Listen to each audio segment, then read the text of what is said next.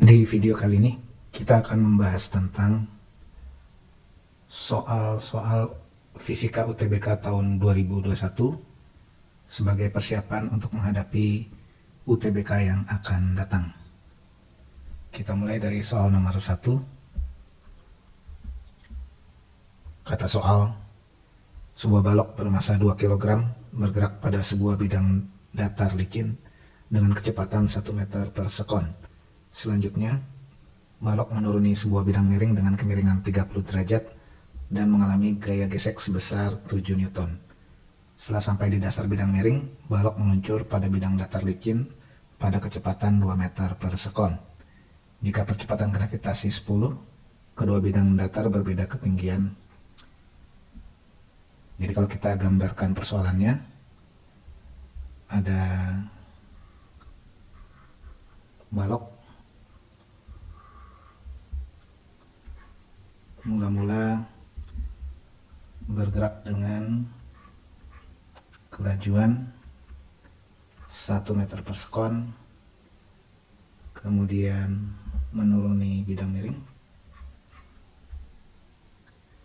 Ketika menuruni bidang miring mengalami gaya gesek sebesar 7 Newton. Kita beri nama FK 7 Newton. Kemudian sampai di bidang miring bergerak dengan kelajuan 2 meter per sekon.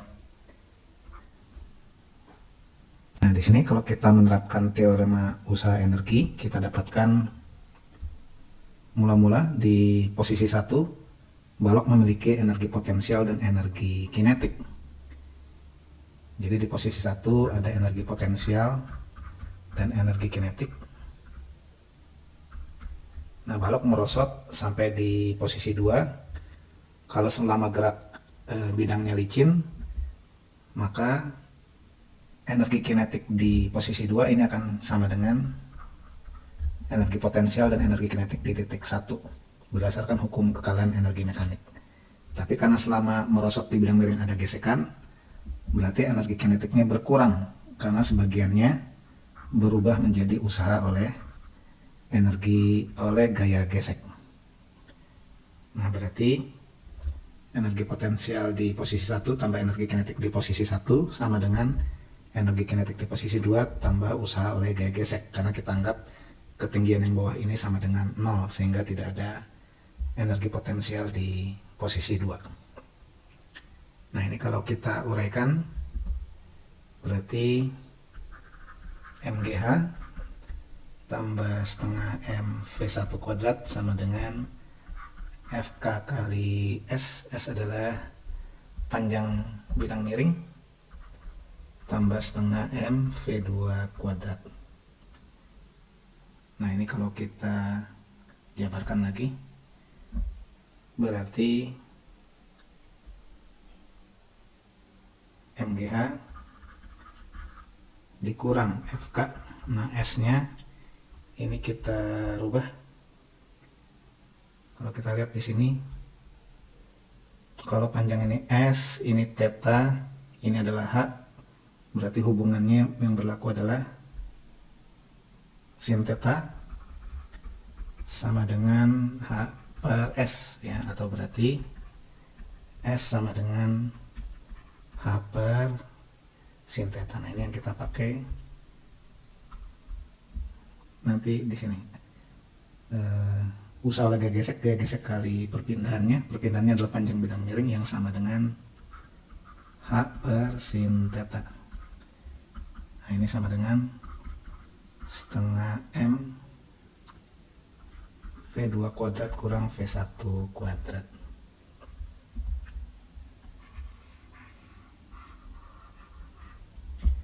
Nah, kita teruskan di sini. Kita masukkan saja nilainya.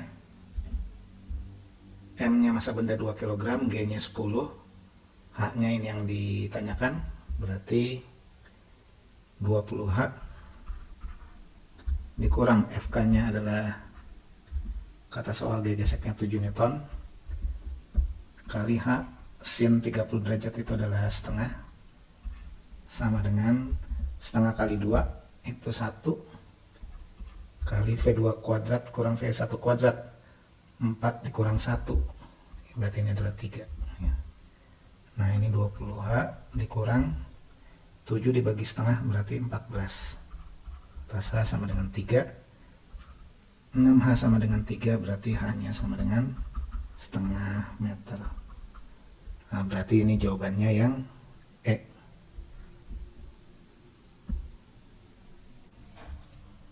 Kita lihat soal nomor 2. Kata soal, seorang pendengar, sebut saja O, berada di tengah di antara dua sumber bunyi yaitu P dan Q yang berada pada suatu garis lurus sumbu X.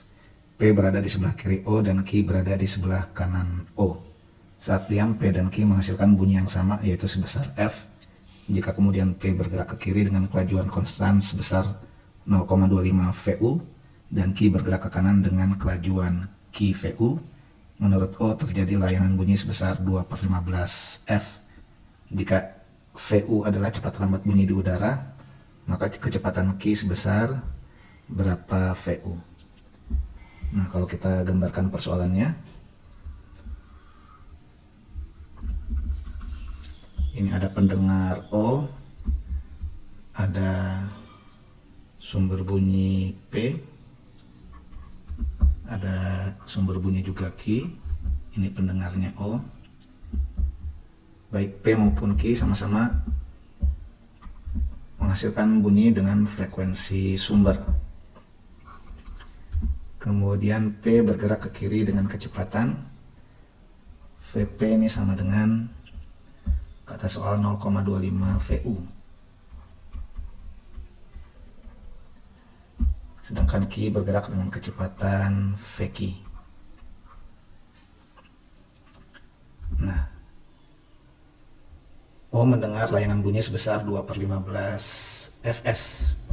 Kita tahu layanan bunyi itu berarti selisih frekuensi dua bunyi yang terdengar. Berarti dalam hal ini, frekuensi yang didengar oleh O dari bunyi P dikurang frekuensi yang didengar O dari bunyi Q, ini sama dengan 2/15 frekuensi sumber aslinya.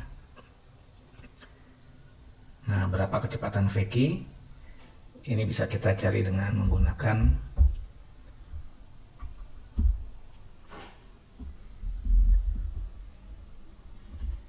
rumus efek Doppler yang menyatakan bahwa kecepatan pendengar itu, yang menyatakan bahwa frekuensi yang terdengar pendengar itu sama dengan cepat lambat bunyi di udara plus minus kecepatan pendengar dibagi cepat lambat bunyi di udara plus minus kecepatan sumber kali frekuensi sumber. Yang di sini berarti bisa dibagi menjadi dua. Frekuensi yang didengar oleh O dari bunyi P kita beri nama FOP, ini sama dengan cepat lambat bunyi di udara plus minus VP-nya adalah kecepatan pendengar, yaitu kecepatan O dalam hal ini 0 per cepat lambat bunyi di udara plus minus kecepatan sumbernya yaitu kecepatan P.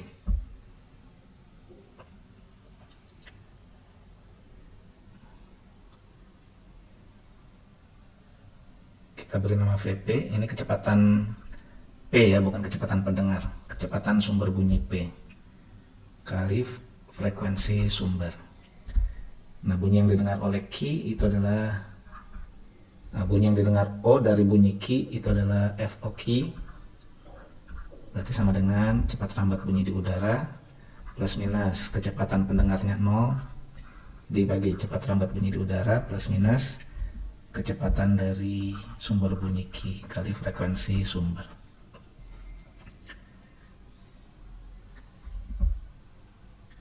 Nah, ini berarti sama dengan, untuk FOP, bagaimana cara menentukan tanda ini apakah plus atau minus? Kita tulis lagi, berarti VU per VU, VP-nya adalah 0,25 VU, ini dikali Fs, frekuensi sumber. Nah, bagaimana cara menentukan plus minusnya? Kita lihat bahwa Sumber bunyi P bergerak menjauh.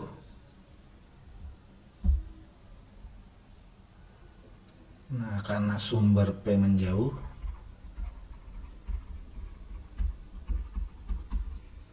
berarti akan membuat frekuensi terdengar menjadi lebih kecil dibandingkan frekuensi asli sumber. Ini akan membuat FOP-nya lebih kecil karena menjauh. Nah, supaya FOP lebih kecil, maka nilai penyebut ini harus jadi besar ya, karena kalau nilai penyebutnya lebih besar akan menghasilkan nilai FOP yang lebih kecil. Berarti penyebut harus membesar. Nah, supaya penyebutnya membesar, berarti tanda di sini harus plus.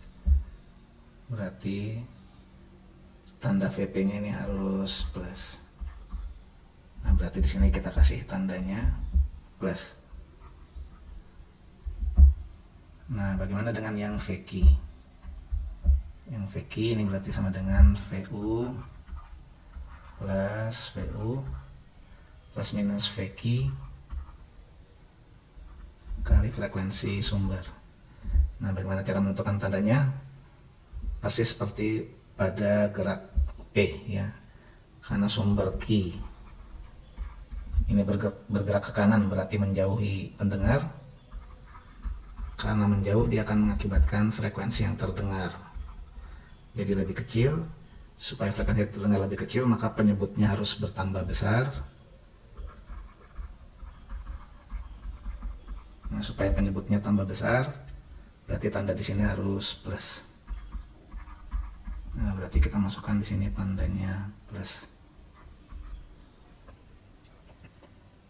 Nah, maka kita masukkan nilai FOP dan FOQ ini ke dalam persamaan ini dari pelayangan ini. Maka kita tuliskan di sini FOP-nya adalah ini. Kita tulis ulang. VU per VU tambah 0,25 VU kali Fs dikurang FOQ-nya adalah ini, VU per VU tambah VQ kali Fs. Ini sama dengan ini ya, 2/15 Fs. Nah, di sini Fs-nya bisa kita coret.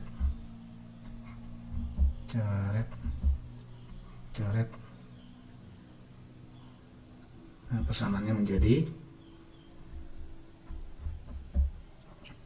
VU per 1,25 VU dikurang VU per VU tambah VQ sama dengan 2/15. Nah, kata soal, kecepatan Q sebesar sekian VU. Kita tuliskan VQ sama dengan NVU. Maka persamaan ini bisa kita tuliskan sebagai VU per 1,25 VU dikurang VU per VU tambah NVU. Berarti 1 tambah NVU. Ini sama dengan 2/15. Nah, di sini VU-nya bisa kita coret. Berarti 1/1/25 itu sama dengan 4/5 dikurang 1/1 tambah N, ini sama dengan 2/15. Berarti 1/1 tambah N ini sama dengan 4/5 dikurang 2/15, ini sama dengan 12/15 dikurang 2/15, ini sama dengan 10/15 sama dengan 2/3. Nah, 1/1 tambah N sama dengan 2/3. kita kali silang, berarti 3 sama dengan 2 tambah 2N. Nah, ketemu N-nya ini sama dengan setengah, berarti VQ sama dengan setengah VU. Nah, jawabannya berarti yang E.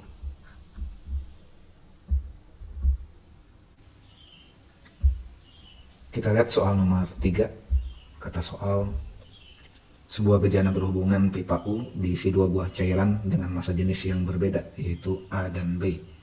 Jika massa jenis cairan A adalah 1000 kali lipat dari massa jenis udara dan setengah kali dari massa jenis cairan B, saat ujung pipa terbuka B ditiup mendatar dengan laju udara V, menyebabkan ketinggian kolom cairan seperti gambar. Jika H-2HB sama dengan H, besar V sebesar. Nah, ada persoalan seperti ini. Kata soal, ujung atas pipa B ditiup sehingga bergerak dengan kelajuan V. Nah, ini akan menyebabkan antara titik 1 di sini dan titik 2 di sini akan berbeda tekanannya berdasarkan persamaan Bernoulli.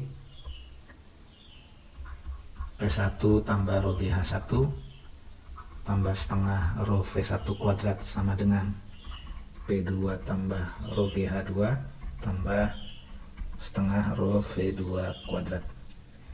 Kita membandingkan udara di atas A dan di atas B, ya. Nah, P1 ini yang di atas A, kita beri nama tekanannya P0A, tambah rho-nya adalah rho udara. Begini, karena ketinggian H1 sama dengan H2, berarti suku ini bisa kita coret, ya, karena sama besar. Kemudian karena titik 1 tidak ditiup, berarti kelajuannya 0, ini juga bisa kita coret. Nah, berarti ini langsung POA itu sama dengan tekanan di titik 2, kita beri nama POB tambah setengah rho udara V kuadrat. Nah, itu hubungan ini yang kita gunakan untuk menyelesaikan persoalan. Nah, sekarang kita bandingkan antara 2 titik yang lain, yaitu titik ini kita beri nama titik A dan titik ini kita beri nama titik B. Berdasarkan hukum pokok hidrostatika yang menyatakan bahwa titik-titik yang memiliki tekanan yang sama pada suatu cairan itu akan terletak pada bidang datar, berarti tekanan di titik A akan sama dengan tekanan di titik B. Kita tuliskan PA sama dengan PB. Nah, tekanan di titik A adalah tekanan hidrostatis tambah tekanan udara di atasnya. Kita tuliskan berarti sama dengan POA tambah rho AG HA, tekanan hidrostatis yang disebabkan cairan A. Ini sama dengan tekanan udara di atas B tambah tekanan hidrostatis akibat cairan B, itu sama dengan rho B GHB. Nah, padahal POA ini sama dengan POB tambah setengah rho udara V kuadrat. Kita masukkan nilainya. POB tambah setengah rho udara V kuadrat, ya, ini yang sama dengan POA, tambah rho AGHA sama dengan POB tambah rho BGHB. Nah, di kanan dan kiri ada POB, ini bisa kita coret sehingga tinggal bentuknya adalah setengah rho UV kuadrat, ini sama dengan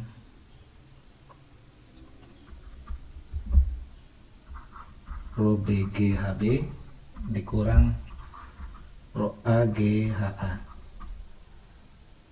Nah, ini kalau kita uraikan, rho A 1000 kali rho udara, tapi dia setengah kali rho B, berarti rho B sama dengan 2000 kali rho udara, ya, kita tuliskan 2000 rho udara kali G kali HB min rho cairan A 1000 kali lipat rho udara, kita tuliskan 1000 rho U kali G kali HA. Nah, di sini kita lihat semua suku ada rho U, bisa kita coret. Dan kita masukkan nilai G sama dengan 10. Berarti bisa kita tuliskan di sini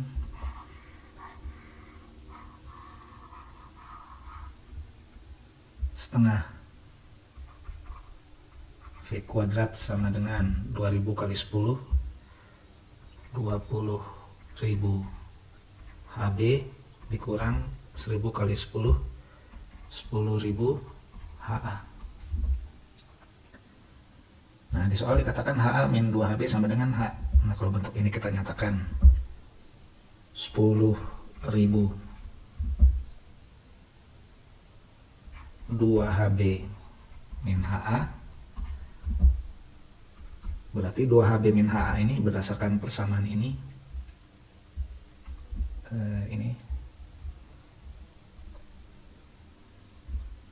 sama dengan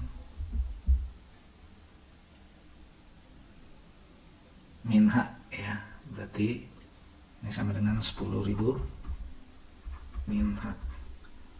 Nah, berarti V kuadrat itu sama dengan akar 10.000 kali akar min 2H, berarti sama dengan 100 kali akar min 2H. Berarti ini jawabannya yang C.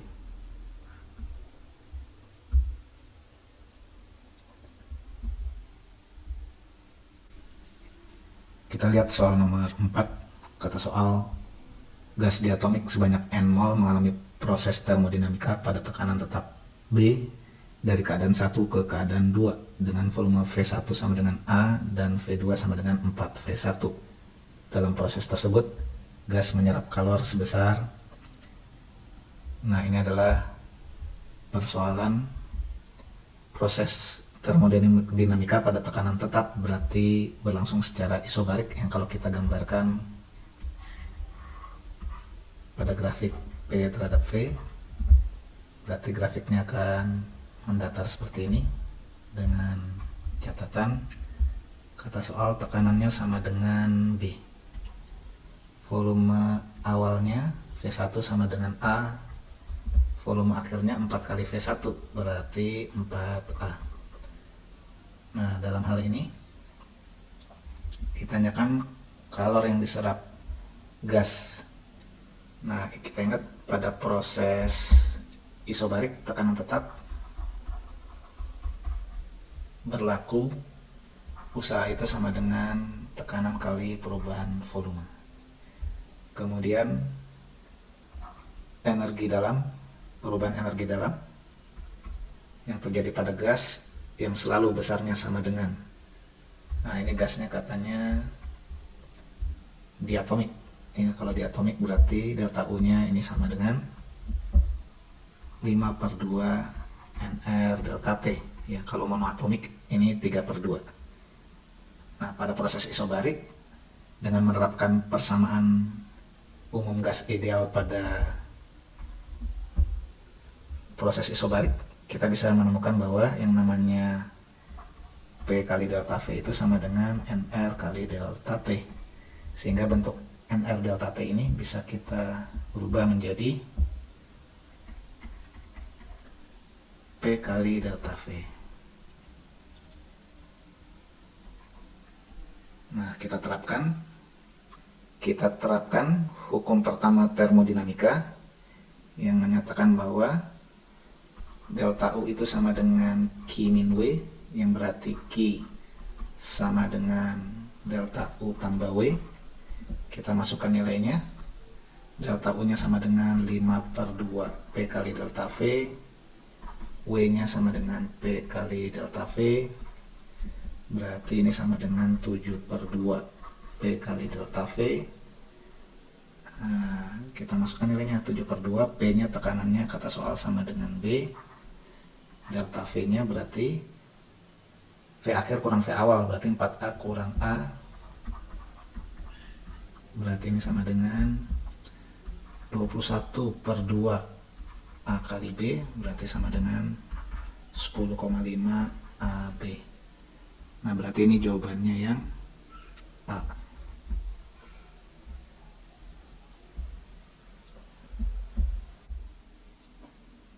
Kita lihat soal nomor 5. Kata soal, proyeksi gerak sebuah partikel bermuatan negatif min Q dan bermassa M pada bidang XY tampak pada gambar. Di ruang itu terdapat medan magnet tetap B searah sumbu Z negatif, medan listrik tetap E searah sumbu Z negatif, dan komponen kecepatan Vz lebih besar dari 0. Komponen kecepatan pada bidang XY dan sifat Vz adalah, nah di sini misalkan ada muatan minus Q,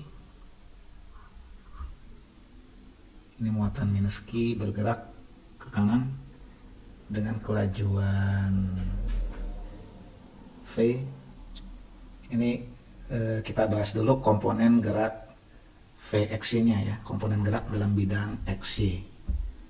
Nah, kata soal terdapat medan magnet searah sumbu Z negatif, berarti medan magnetnya menembus bidang, berarti ini medan magnetnya arahnya silang ya. Ini adalah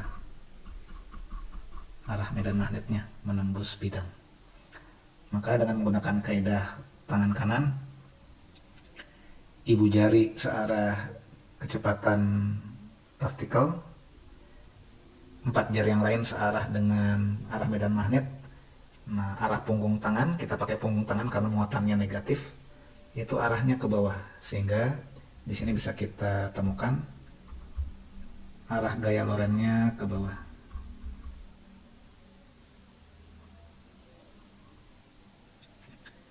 Nah, ketika arah gaya Lorentz-nya ke bawah menyebabkan bendanya berbelok, ketika sampai di sini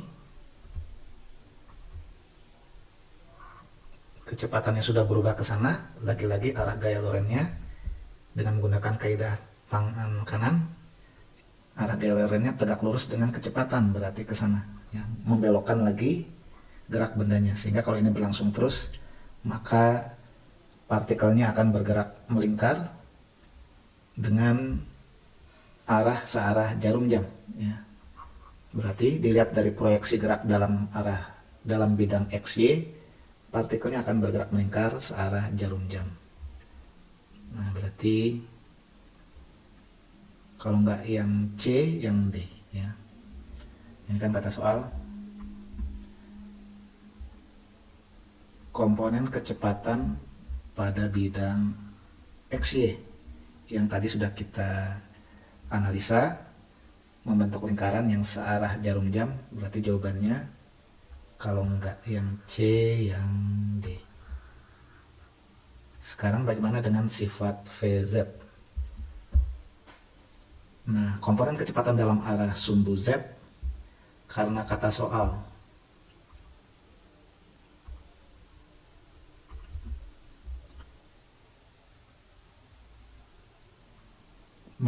ada medan listrik tetap E searah sumbu Z negatif.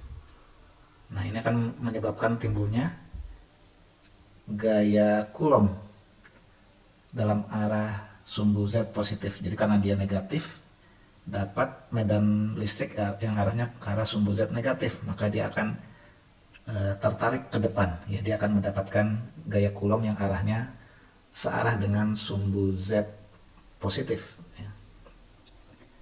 Nah, ini akan menyebabkan komponen kecepatan dalam arah sumbu Z-nya tidak konstan karena ada gaya ya, sehingga akan timbul percepatan. Nah, berarti Vz-nya akan tidak konstan. Nah, berarti ini jawabannya yang C.